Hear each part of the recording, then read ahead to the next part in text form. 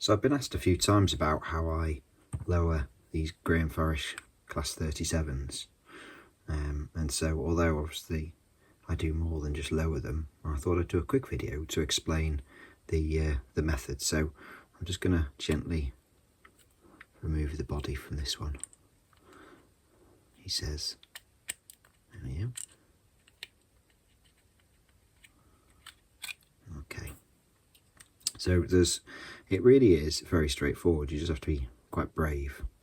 There's a couple of things to note.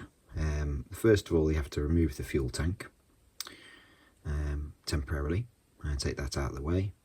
You need to remove these little lighting boards one at a time from each end.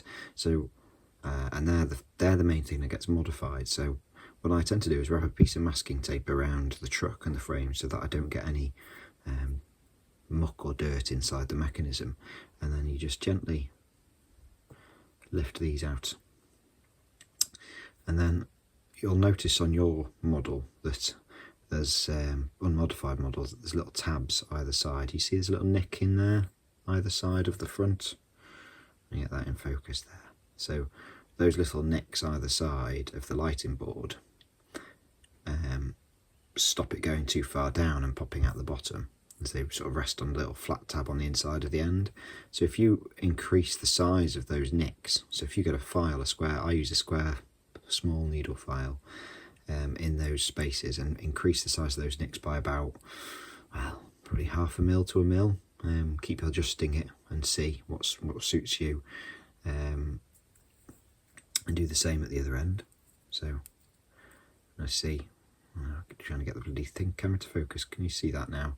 So those nicks there have been opened up. So if you compare that to where yours is, I've opened that up to sort of halfway through those holes at the bottom. So push those back in. Okay, so that's the chassis modification. And then on the body, you'll note that on the inside of the body, there's grooves that sort of slide into the slots on the side of the chassis, and they have a little nick at the bottom with like a securing lug, and you just need to take that lug off and take perhaps 4 or 5 mil of the slot off the inside of the body so that it'll sit flat.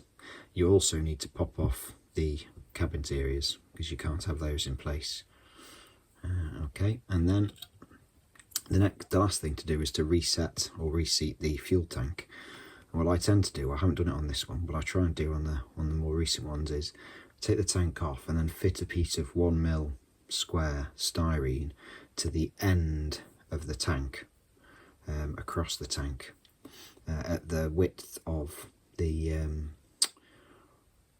inner piece of cast metal in there, so that you can't see it really. So fit that in, glue it to the tank so that you now know that the tank's going to sit at the right level, and then paint that all up and then glue that in place so then the tank is secured to the chassis, and then it's a case of bringing the pair together again. And if you want to be able to secure the body on the chassis, what I've done on my other example is I've actually just used a tiny bit of canopy glue to secure it in place, and there we go. Okay, so we've got a lovely, much more realistic gap between the body and the chassis. Model still operates as intended. We'll negotiate if we look at how much we can get those trucks to move before there'd be any sort of risk of a flange hitting the body. You're going to be all right on anything but set track curves, I should imagine.